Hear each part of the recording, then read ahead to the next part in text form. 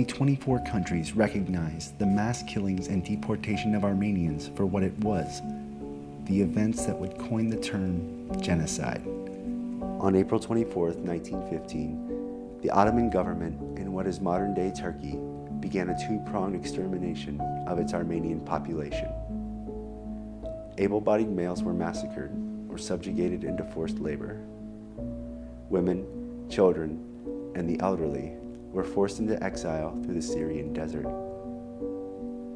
The Armenians subject to the death marches experienced rape, murder, and robbery as their Ottoman military escorts looked the other way.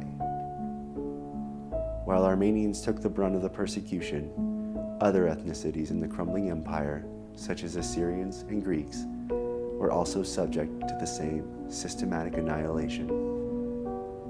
On September 3, 1915, Ambassador Morgenthau telegraphed the U.S. State Department asking for the formation of a relief organization to help the Armenian people. James L. Barton, Foreign Secretary to the American Board of Commissioners for Foreign Missions, and Cleveland Dodge, a New York City businessman, created the American Committee for Armenian and Syrian Relief.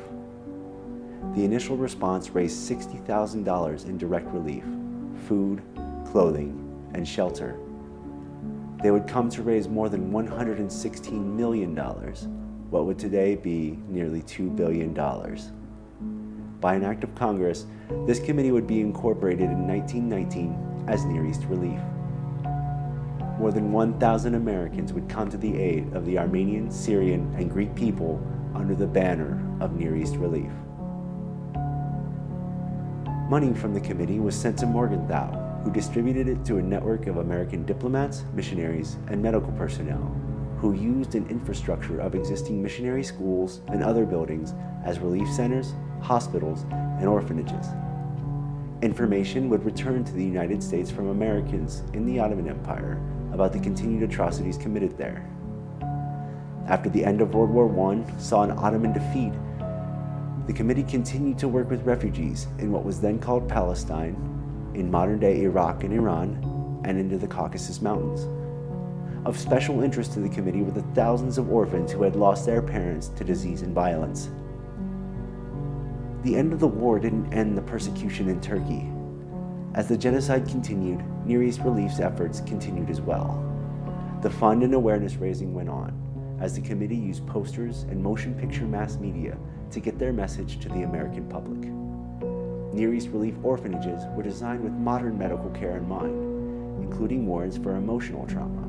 Girls were taught to make handicrafts that would be sold in the United States, while older girls could be sent to a Near East Relief nursing school.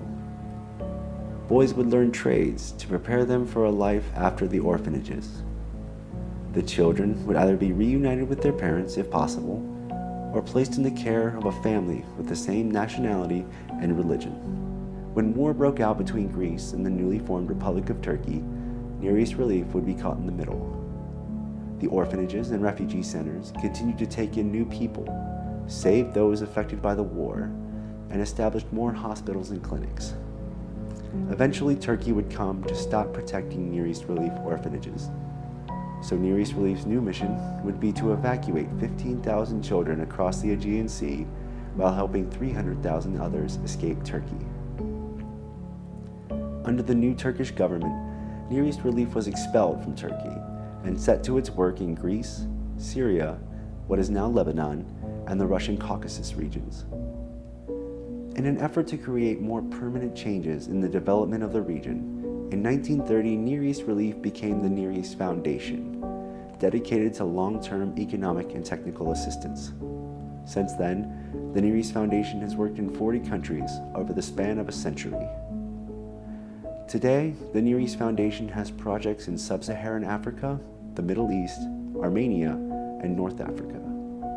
No longer just a relief organization, the Near East Foundation's work addresses post-conflict reconstruction while combating climate change, food insecurity, resource conflicts, gender-based violence, refugee suffering, and more.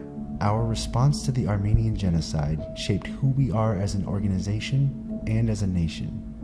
The idea that average people could make a difference in a faraway place started in 1915. It is a part of who we are today.